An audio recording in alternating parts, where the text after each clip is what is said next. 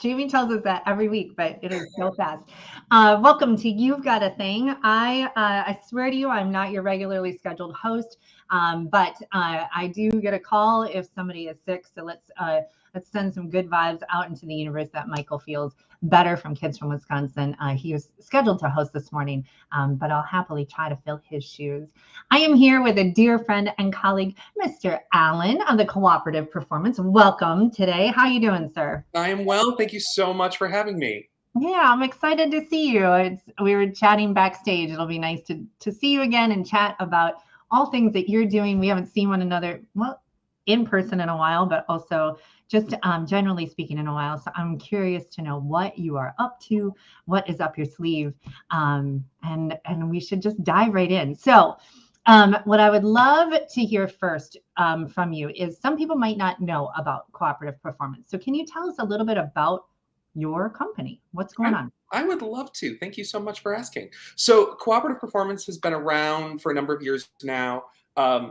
It was really founded to provide opportunities for local Milwaukee artists to network, coordinate, and really create sort of a cooperative community around building projects from idea to fruition. So rather than sort of the top-down traditional artistic director, managing director model, it was this idea that the company members could get together once a year for what they called their pitch event, which was when everybody got together and would pitch out ideas, and then from there they would select a season. And that's always been sort of central to what we've done is, we take ideas from the membership and help enable the members to produce their work, and really sort of produce things that are not necessarily suited to traditional models, if you will. So we've done everything from more traditional scripted shows to devised work to dance and movement to improvisation. And we last year we even had a show that was choose your own path, that was originally meant to be in person, and it was going to be sort of this guided experience, and you would make a choice and go one of two ways.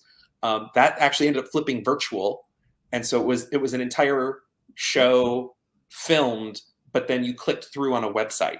So we've done a little bit of everything, and it's literally because these are the projects that our collaborators and our members come up with and pitch for us to do. So it's always exciting to see the crazy stuff that sort of comes up in an idea session, and that we can help people bring to fruition. Yeah. So can you tell us a little bit about your membership? What does that look like? And how does it work? How does somebody become a member? Or is it organizations? Is it individual artists? Talk to me. Certainly. So it's individual membership. It's $50 a year, although we've recently adjusted that so that we now offer shorter term memberships for 6 months or 3 months, prorated accordingly.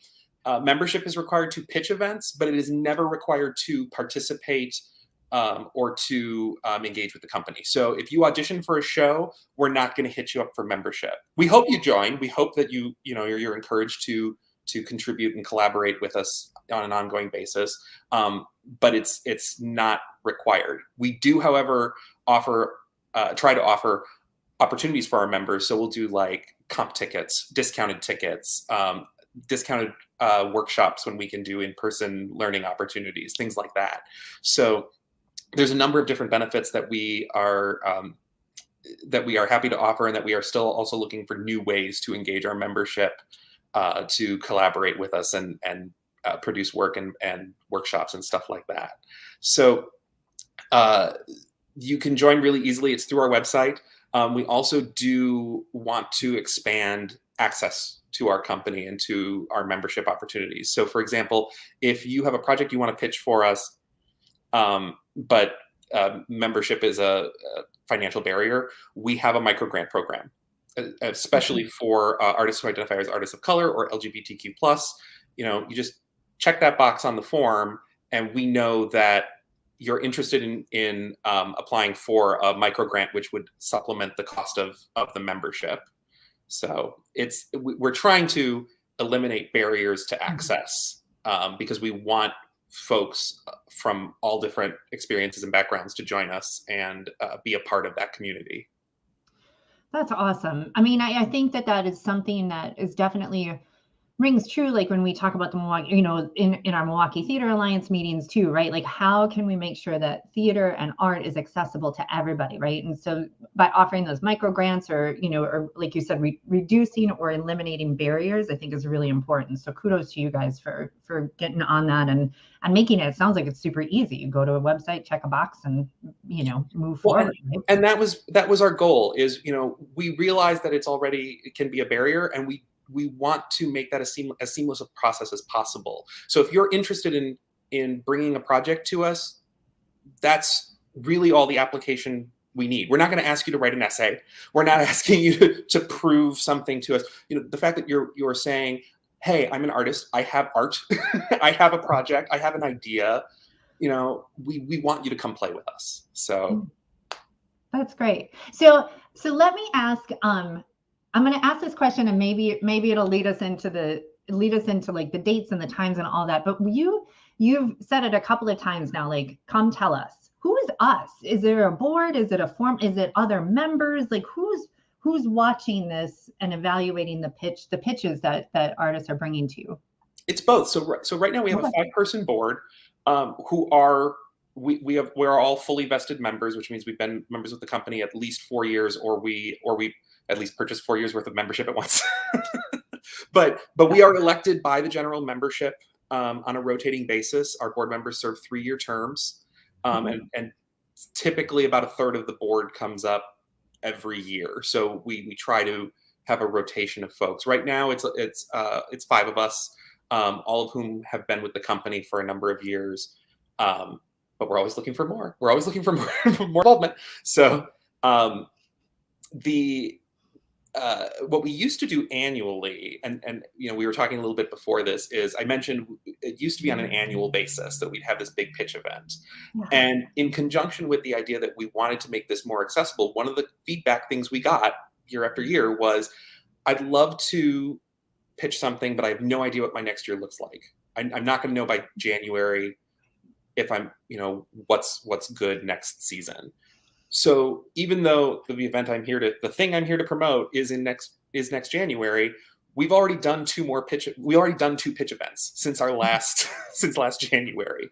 We've moved and transitioned from a once annual event where we pick a season to doing it 3 times a year. So every 4 months, in January, now I have to do math, March, April, May, June, which would traditionally be our annual meeting, and then May, August, September, October? Yeah, that works. Something like that. September.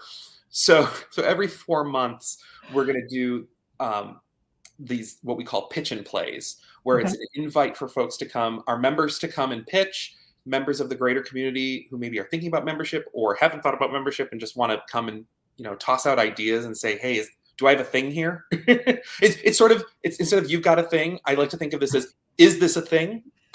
Could this be a thing?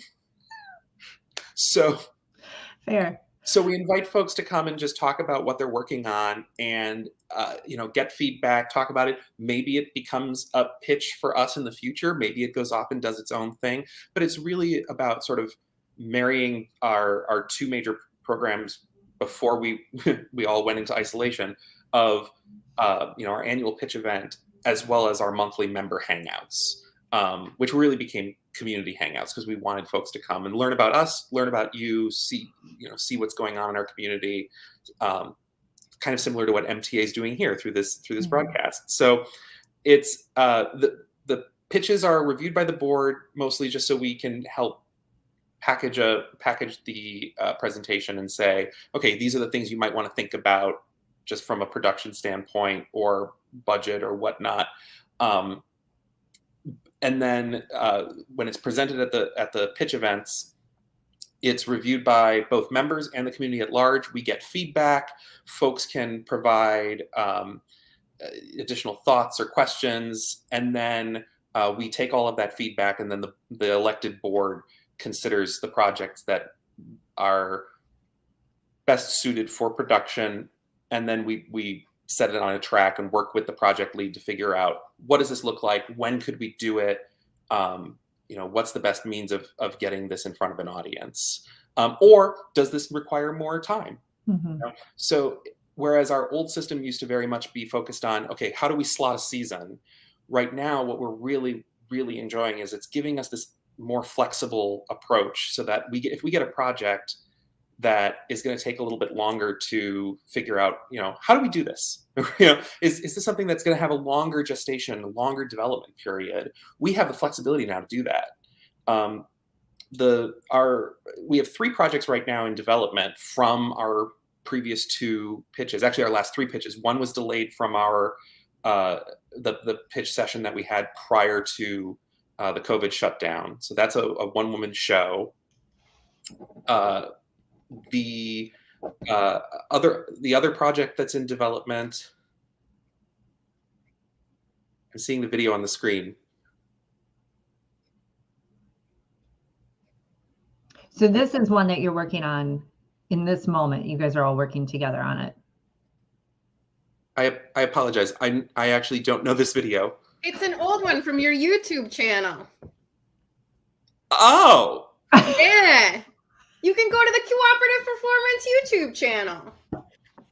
We haven't updated that in a while. I know, but you guys have been around for a while. That is true. I was just like, is this one of the ones we're working on? No, this is no. I'm just saying that people can go to your YouTube channel and check out stuff you've done. Sorry. I told you it was going to be a ride. Like, we're going for a ride today. I'm here for it. I was just like, it's funny because I had actually proposed a show once that was based on our pitch event where somebody had to pitch, but the slides behind them, they didn't know what was coming up. And I feel like I just got served a dose of that. Karma. It's karma. It comes full circle, Alan. It comes full circle. But yeah, so we get a whole wide range of stuff that comes to us. Some of it is literally, hey, here's an idea. Some of it's I have a fully formed project, and both have gone on to be parts of our productions. So like I said, Sarah Moore, who's been working with us since before the shutdown, is developing her one-woman show, One Universe. So we're really excited that is on our docket upcoming. We have another project that's being developed by ZZ Schorsch and Cedar Beecher, which is sort of a follow-up to last season's Thunder Domestic, which was what I mentioned about, it was this choose your own. Choose your own path. I can't use the other word because apparently it's trademarked. So well, rightfully so. Right. So, but they are both working on sort of almost a follow-up project where half of it is in response to that other piece, but bringing it into live performance, and then the other half is much more free-form dance club, exotic atmosphere thing, and so it's one of those things where it's super early in the development process, but we're really excited by the ideas that are getting tossed out. So it's exciting that we have now the time and the luxury of time with some of these, so that we're not just sort of forcing ourselves to produce on a calendar. Well, and it's interesting too, Alan. I think that there has been a seismic shift, right, in how we are viewing access and inclusion in theater. And one of the phrases I'm sure that you're familiar with, or maybe, but what the phrase that keeps like running through my head as you're talking is that it's artist-led. It very much feels like everything that you're talking about and clearly have been doing for a long time with the cooperative performance is having the artist lead, right, with guidance and feedback and professional wisdom and all of that, right? But it really is about the artist leading the project versus, like you said earlier in this conversation, top down. Like, this is the season that we're doing, these are the artists that we're hiring, and then we are going to do it, and then we're going to do it again next year and the year after that and the year after that, right? This to me feels very much like inclusion at its finest, because you are listening, you are responding. And to your point, when you don't know as an artist. I don't know what next week looks like. I mean, I think there's a holiday. I don't know what I'm doing for that, right? Much less do I know what I'm doing a year from now. And so I love the idea. I love the fact that you are, again, artist led, and you're listening hard enough and long enough to be like, you know what, we should do this 3 times a year. So we're going to do it every 4 months or every few months. And then that allows artists to create. It allows them to feel confident about walking into the room, to be like, yeah, I know that I've got time to work on this. Or really, you know, if you choose me, if my piece, you know, works for this company, I've got time and energy to put into it, you know. And I don't know about you. I mean, you've designed your background for, you know, for your Zoom calls, right? Like you, but I'm exhausted. I don't know about you, but like I'm exhausted. And so it feels good to hear like, I have time, right? As an artist, I have time to decide when it's right for me to really work on my work, on my art, right? Mm-hmm. Well, and that's one of the things I think that, you know, as both as everybody who's on the board are also individual artists, in various capacities. So it's both as a board and as individuals. And I don't presume to put words into my colleagues' mouths, but I think one of the things we've struggled with is that idea of like, oh, we haven't announced anything yet. And I think we're coming to terms with the fact that that's okay.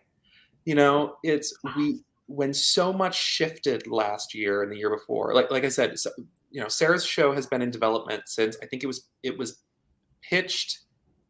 It would have been in the year before last. So we're talking, it would have been, I think, pitched in 19, or it was pitched in 20 for the 2021 season. So it would have been pitched in January for the for the following fall or spring. And then of course everything shut down. And it's like, you know, when she came back to us and said, because we said, do you want to do something digital? Is there a way to make this project leap to digital? And she said, no, I really want this to be an in-person. I want this to be an intimate experience. I want to be able to do this interpersonal. And we said, great. Can we delay it? Yeah. You know, and we're really excited that she's still with us and you know, embracing putting this until we could do it safely, and continuing to develop it, and now getting, you know, back on the train. But you know, last season when we shifted digital, it was really interesting because we had one project that was already in rehearsals that then flipped to being a recorded performance.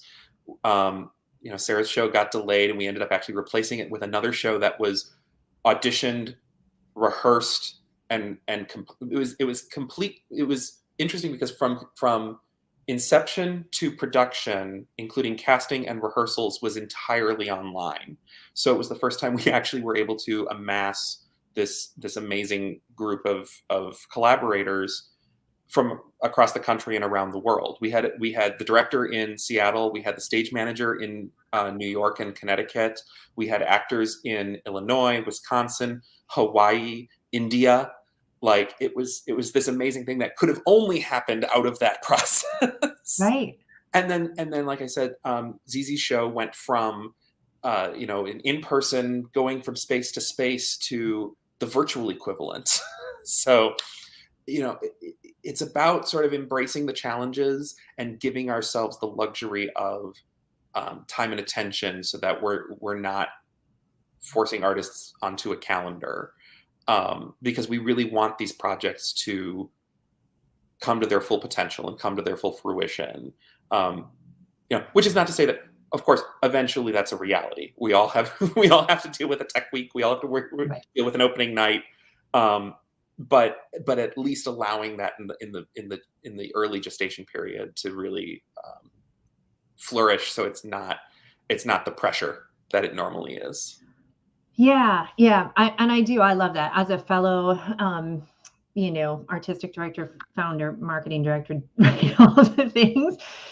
We haven't announced our season, right? Like, and I think it's okay. And I think that we need to make that normal, right? Or typical, versus the other way around, because it is a labor of love, right? Which which really kind of leads me. I know we're at time. I think we've hit everything. So I'm going to ask you a question, like an artist question, right? Because we should. Why not?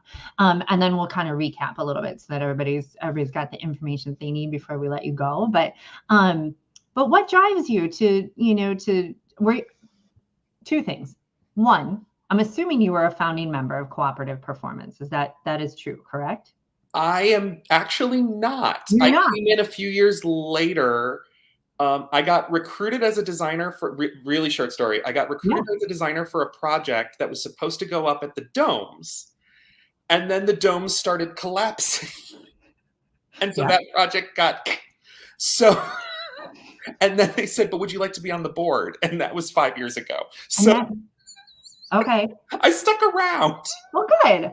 Okay, see, this is what happens when you assume people. Don't ever assume. All right, so you're 5 years in. All right, so I'm still going to ask the question, what drives you to work as hard as you do for Cooperative? Because I know you. We've known one another for, it feels like 20 years. I don't think it's been that long, but I know you. You work hard. So what drives you specifically about this company? What's the driving force? For me, it's really about the focus on the work. Companies have before I was with Cooperative Performance, I was with another company called Pink Banana Theater Company that had its own history, and its focus was also providing opportunities specifically to emerging artists. But in some ways, I kind of feel like that Co-op is the spiritual successor to that, because our model is I think both the strength and the frustration. Now I feel like I'm just airing dirty laundry, but the strength and the frustration of the company is that each project has always been sort of its own mini thing. Yeah. And so an artist comes to us and says, "Hey, I have an idea." And we're like, "Great, let's help make this work." We assign a project manager to it, and it sort of becomes its own little island over here. And not in the sense that it's disconnected or that there isn't support from everybody, because there totally is, or else it wouldn't happen. But it almost is like every little project is its own thing, because everything typically has its own venue, its own challenges, its own set of circumstances, its own uniqueness. We've done everything from a show that we had.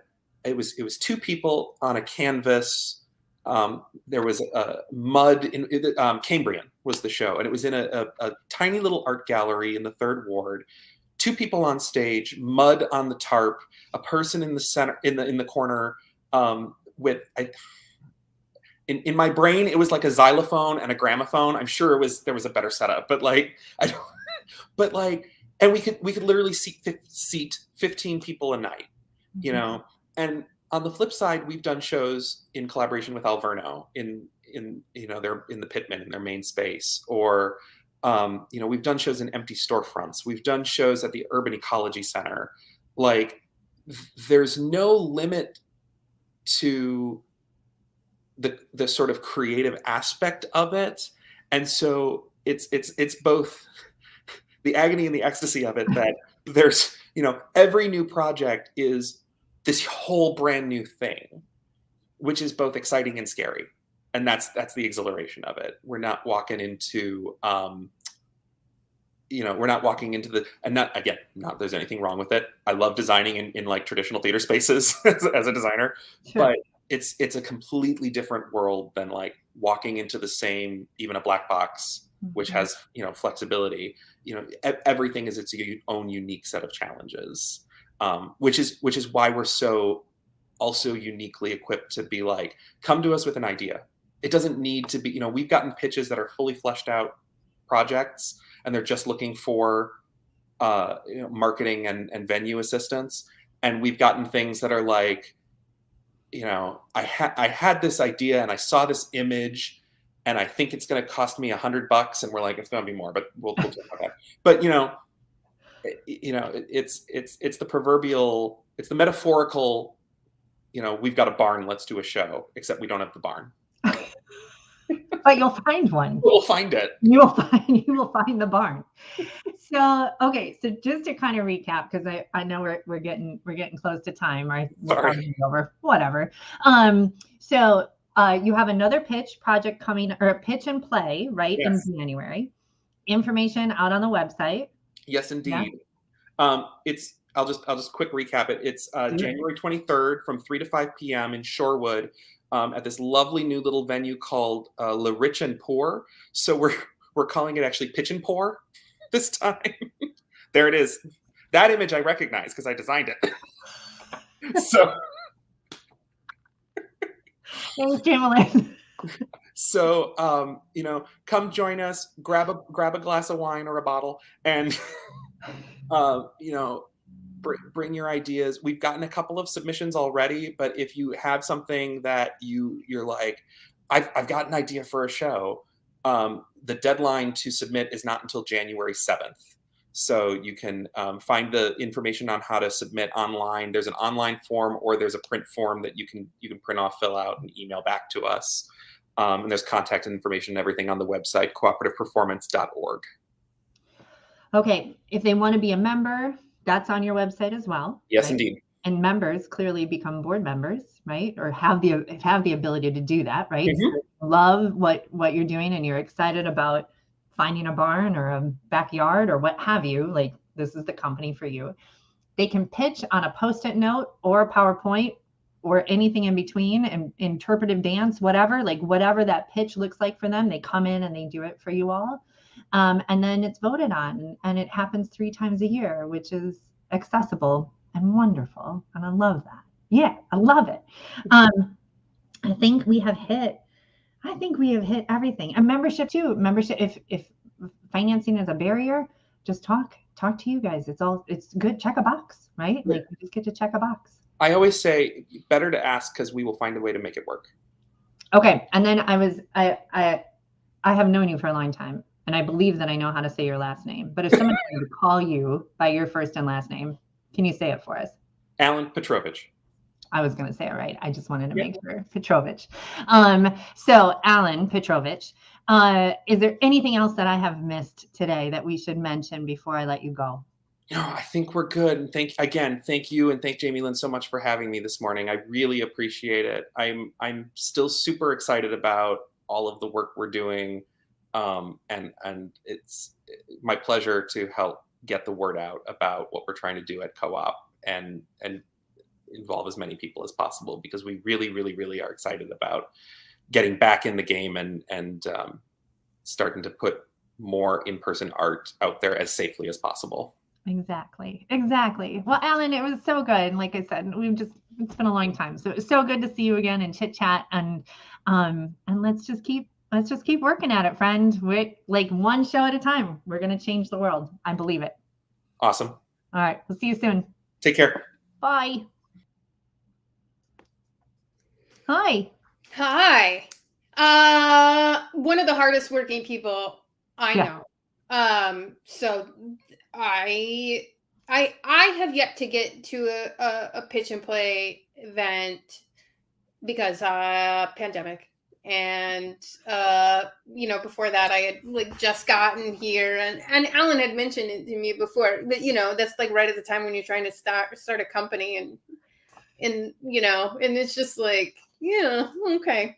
But I really love that idea that you sort of both brought up about pandemic changing timelines and allowing for more space, and you saying the thing about that you didn't make a season announcement yet and things like that, and it started me thinking about how there's always been this competition of who can get their season out first, and it's really primaries in election seasons where everybody started moving their stuff forward, and now you've got whatever Iowa in September or whatever, so but I do think and because I think about anxiety a lot because I suffer from it, and how much that insistence upon being first and getting that stuff out there, and you have to get your season out in this time, and you have to do this and you have to do that, really just perpetuates that nervousness about theater in general, and how much like how we've been working in the Theater Alliance to really alleviate a lot of stressors and anxiety, and having more empathy and just growing as a community to just be better to each other. And I do think that structure has to come along with it, of like, just announce stuff on your own time. I understand the marketing cycle and how you have to get it out at 6 weeks beforehand, and all of the types of things, so that it allows more visibility and, all those things. But I do think that if we start changing the environment, people will follow. If we start moving towards, when something might pop up 72 hours beforehand and you should go. Mm-hmm. If we start training the community to be more on the lookout for things, they'll get there. Well, and I think too, we've just shifted as a society and are not sure that we're going until the day of anyway. Yeah. I mean, I think that we're in a place certainly right now with, am I sniffling? Am I coughing? Do I have a headache? Right?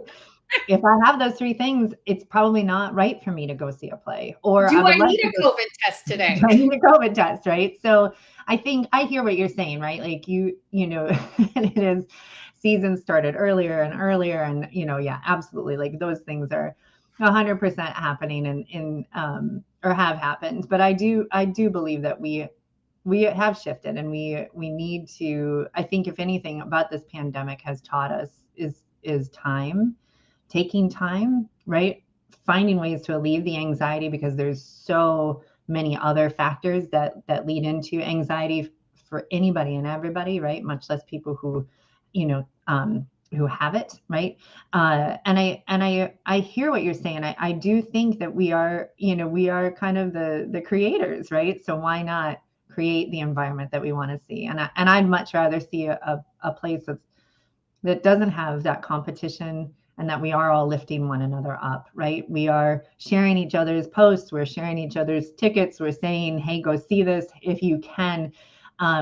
Because I think that's how we grow better. We are better together than we are apart. And I think that is something else too, that has been really hit home in this past almost 2 years now.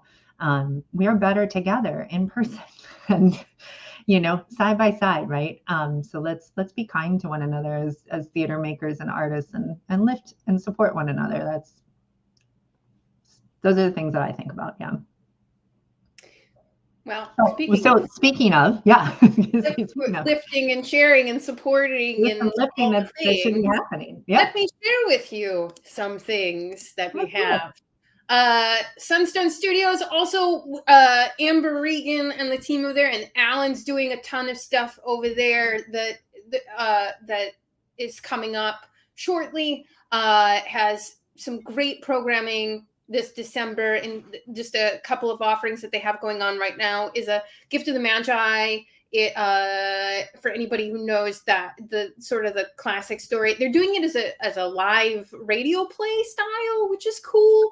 But it's the Christmas classic that Della and James are really in love. They're newlyweds and they're wanting to spend their first Christmas together. But of course, family and finances and all the things that many of us are familiar with become obstacles in the way. And I love radio play stuff. I just think it's super cool. And they're doing this like World War I, New York City, old timey radio kind of thing. So that should be fun. So there's just a couple dates for that.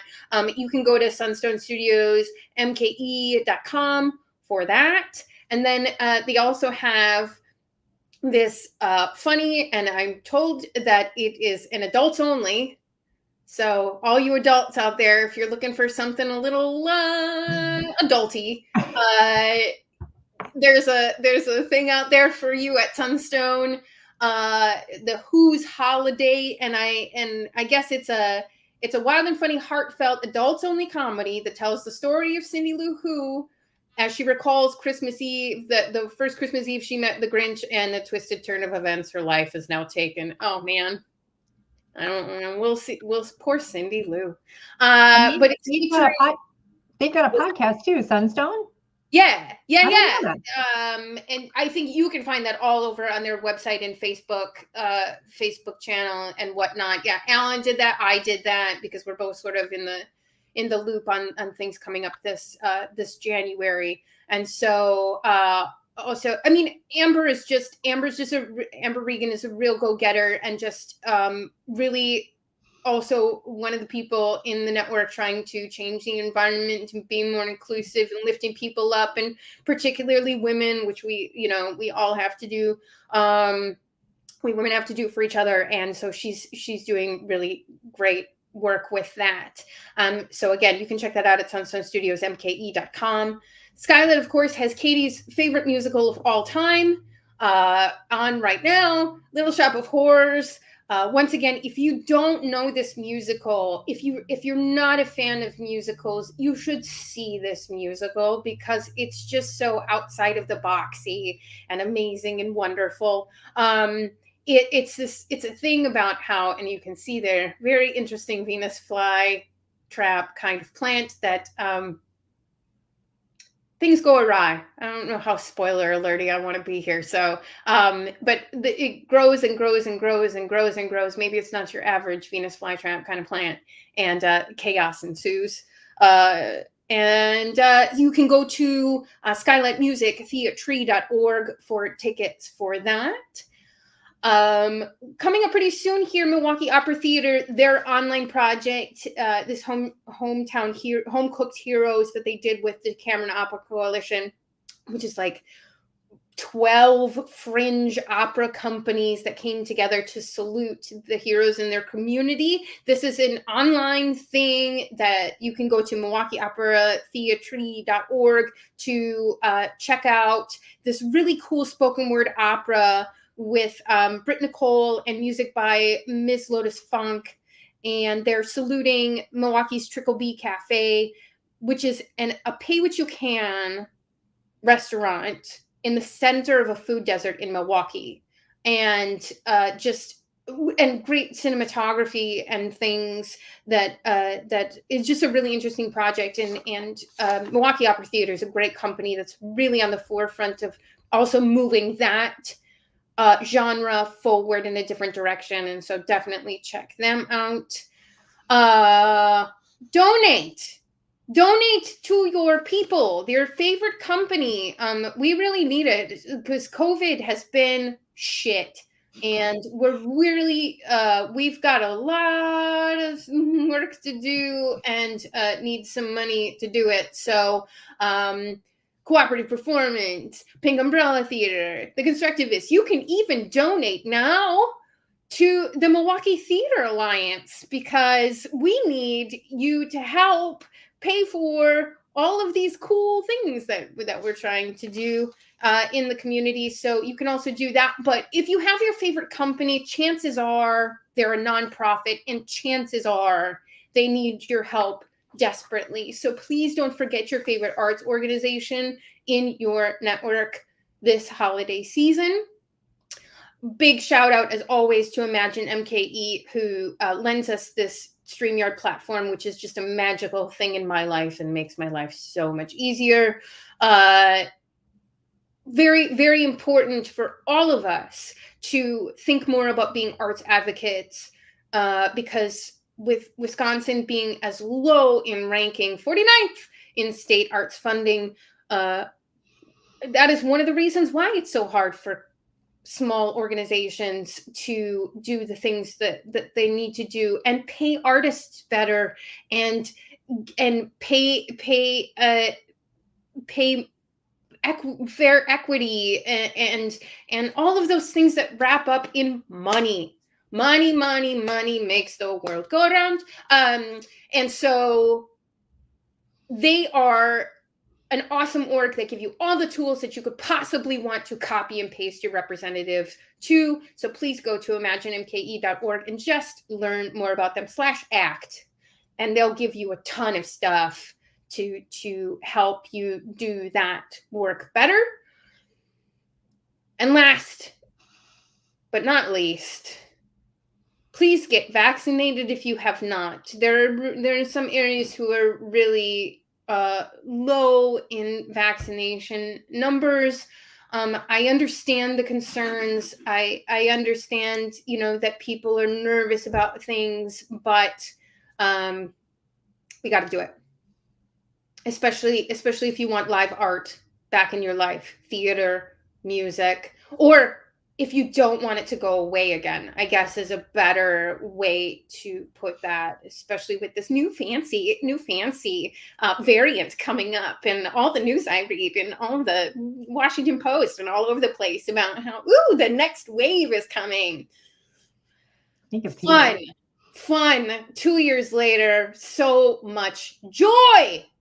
So if you can, please, unless, your doctor told you not to, well, there's so many, I just can't. Take a breath, Jamie. Take a breath. I just can't. I got boosted, man. Whenever they want me to get boosted, I'm doing it. I am on that thing. With the special needs person in my life, I don't have the luxury to be sick, is the way that rolls out. And really, if you think of it that way, I don't think that you need a special needs disabled person to think about other people in your life and think about caring for other people in your life. It's just, my chiropractor got COVID, and I couldn't go, and he said that he got fluid on his lungs, and he's one of the healthiest people that I know, and still really struggled with it. So just do it. But we got lots of good stuff happening in the theater community, right? Always. And I heard through the grapevine that you received an award from Imagine MKE. Is that true? I know you won't bring it up because you're too humble to do that. But tell us about the major prize that you have won for this holiday season. Oh, the major prize that I got from Imagine MKE. They called me. They did these little awards thing on their podcast, just giving a shout out to people in the community for just the work that they're doing. And so they called me Imagineer of the Year, which I think is a great title. I love it. Just for doing this program, and the Milwaukee Theater Alliance and standards and things like that, and going to their I'm involved in their public policy work group and their marketing work group, and really and the small arts and culture organization meetings that we go to every month, and really they just make me feel better. It's just one of that group of people, David Lee and Mac Antigua and Lindsay Sheridan, and Antoine Carter and all the few rest of them. It really is about 6 people that do the work of about 600 over there, and they're just an incredibly, I don't know if they go home and cry. I don't know if they're all alcoholics and whatever, but when they're in meetings with us, they just put forward this amazing energy of positivity and a can-do kind of thing that you don't walk out of the meeting, because we're still in the Zoom environment, but you feel better about life. So it's entirely selfish that I'm in their faces all the time. And what is your title again? Imagineer of the Year. Imagineer of the Year. I think we need to end on that. Congratulations on your title. Thank you so much. I put it on my personal Facebook because I just good. I'm so you should be proud. So hopefully, if they make those awards real, because they did say that they're not. I think they mean that in the sense of an end of the year awards ceremony kind of thing where we all together and dress up fancy and things like that. I hope they remember that I was the first. I hope I get my name on a plaque for 2021 as Imagineer. Yeah. Some year. Maybe I'll just do it myself and hang it in my office. I'm sure we can find a plaque on Etsy. Engraved. Yeah, absolutely. Yeah, totally. With the theater masks and the Imagine logo. Yeah. Done and done. I've already ordered it. It's that easy. I'm going to give one to everybody in the MTA for Christmas presents. Thanks, Etsy. All right, friend. It was good to see you. Thank you today. so much. And I mean, speaking of titles, I think you have officially won the fill-in host of 2021, and I thank you so much for being available, because also a thing that makes doing this program so much easier is having two people to do that rather than just singular. I know that people are busy. I know that people are going back to like in-person office things, and that makes it difficult, but I appreciate it. So thank you. I'm happy to always fill in. The reason that I'm free on Friday mornings is because I do not schedule meetings on Fridays. You can't, like, you boundary. That's my boundary, right? That's it. And everybody should have a day, Monday through Thursday, but Fridays there are no meetings. So I probably shouldn't have told you that, but I'm happy to be here when you need it. No, because I think it's okay to tell people that you have boundaries and you're not going to do a Friday meeting. We need to change that environment. Change that shit. All right. Thank you all for being out there, or if you're watching at a later time. And I mean, try to meet up with us when you if you have a second on Friday mornings, because we would love to get your questions and things like that and have people engaged. And I mean, you can ask your questions later at a later time, because you know the Google and the Facebook will give us all the notifications in the world that somebody asked a question. You need to go and answer it right now. But we will have. Speaking of boundaries, we are not on next week because it will be December 24th, and we need to spend our time with our people. And if you do that sort of thing on the Christian holiday, and then we'll be back December 31st, and we should be having Milwaukee Entertainment Group and talking about Diary Van Frank on that day. So Alan's gonna take his time off of work again on December 31st. He's gonna go in at 1 p.m. again, and he's gonna interview Reva Fox for that on December 31st. So yeah. Beautiful. So because you know, boundaries are December 24th, but not the 31st. So fair. You can start drinking at noon. Yeah. Okay. All right. Thank you so much out there. Thank you, Katie Cummings. And we'll see you on the 31st on You've Got a thing.